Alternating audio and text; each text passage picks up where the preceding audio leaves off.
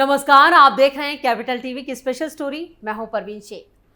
राहुल गांधी ने एक बार कहा था कि प्रधानमंत्री नरेंद्र मोदी की असली ताकत उनका इकबाल है और एक दिन वो उस इकबाल को खत्म करके रहेंगे। इसके लिए उन्होंने कोशिशें भी खूब की।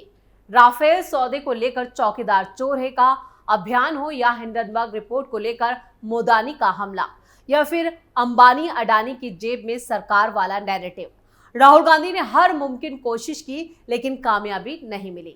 राहुल गांधी मोदी का इकबाल खत्म भले ही ना कर पाए हों, लेकिन ऐसा लगता है कि उनकी पार्टी अब संवैधानिक संस्थाओं की विश्वसनीयता को ध्वस्त करने के खतरनाक खेल में जुट गई है। हरियाणा चुनाव में हार का ठीकरा ईवीएम पर फोड़ने और चुनाव आयोग पर हमले से कांग्रेस असल में यही कर रही है।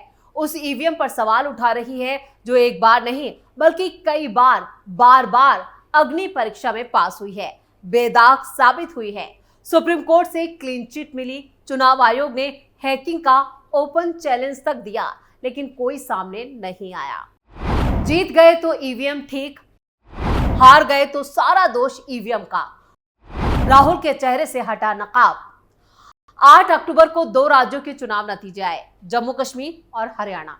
जम्मू कश्मीर में कांग्रेस नेशनल कॉन्फ्रेंस गठबंधन की जीत हुई तो हरियाणा में बीजेपी के, लेकिन दोनों नतीजों को लेकर कांग्रेस की प्रतिक्रिया में जमीन आसमान का फर्क था। जहां जीते वहां तो लोकतंत्र की जीत, राज्य के साथ अन्याय और अपमान का जनता का करारा जवाब, तरह तरह के लच्छेदार जुमले सामने आए। लेकिन जहां हार गए वहां जनादेश का सम्मान तो दूर, उसे ना स्वीकार करने का अहंकार।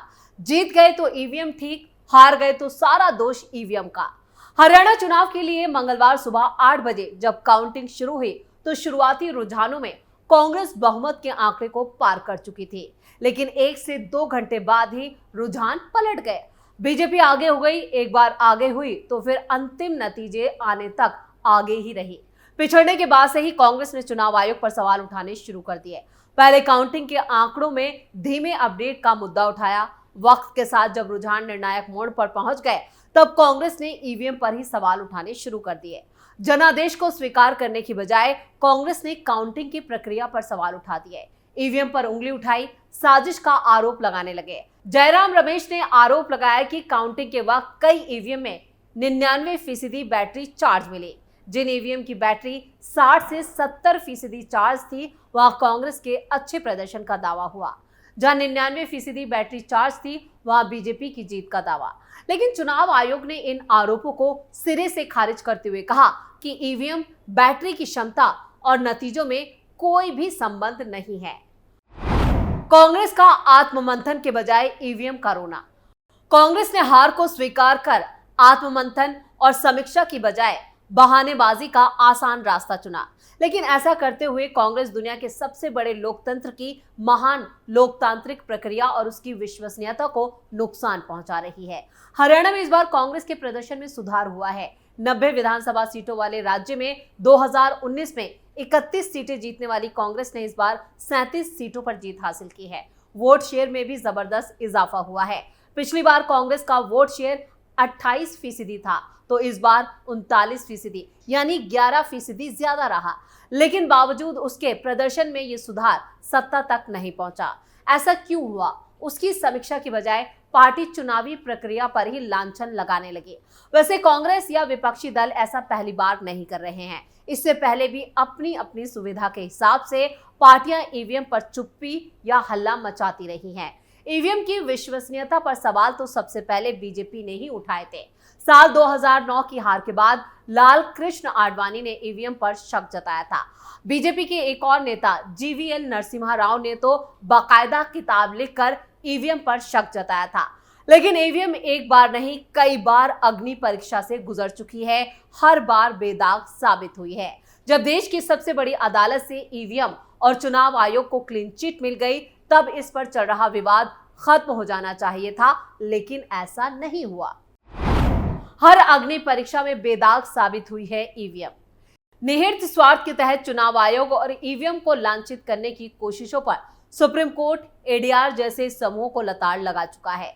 इसी साल अप्रैल में जब लोकसभा चुनाव की प्रक्रिया चल रही थी तब सुप्रीम कोर्ट ने पिछले 70 सालों से स्वतंत्र और निष्पक्ष चुनाव कराने के लिए चुनाव आयोग की तारीफ की थी और साथ ही इस पर दुख जताया था कि कुछ निहित स्वार्थ समूह देश की उपलब्धियों को कमजोर कर रहे हैं।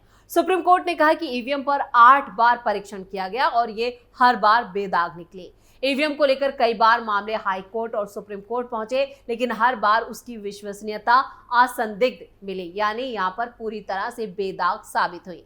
वीवीपैट पर्चियों और ईवीएम में दर्ज वोटों के मिलान में कभी कोई भी गड़बड़ी नहीं दिखी।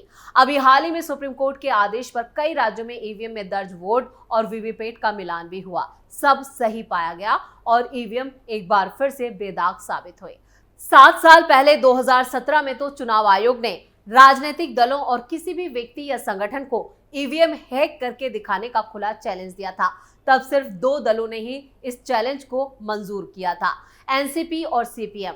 तय तारीख को दोनों पार्टियों के नेता चुनाव आयोग के दफ्तर पहुंचे, लेकिन चैलेंज में हिस्सा लेने की हिम्मत नहीं हुई। हाँ, आम आदमी पार्टी ने जरूर दिल्ली विधानसभा के भीतर यहाँ पर प्रहसन किया था और विधानसभा का विशेष सत्र बुलाकर जुगाड़ के डिब्बों को ईवीएम का नाम देकर कथित तौर पर हैक करके दिखाया गया था।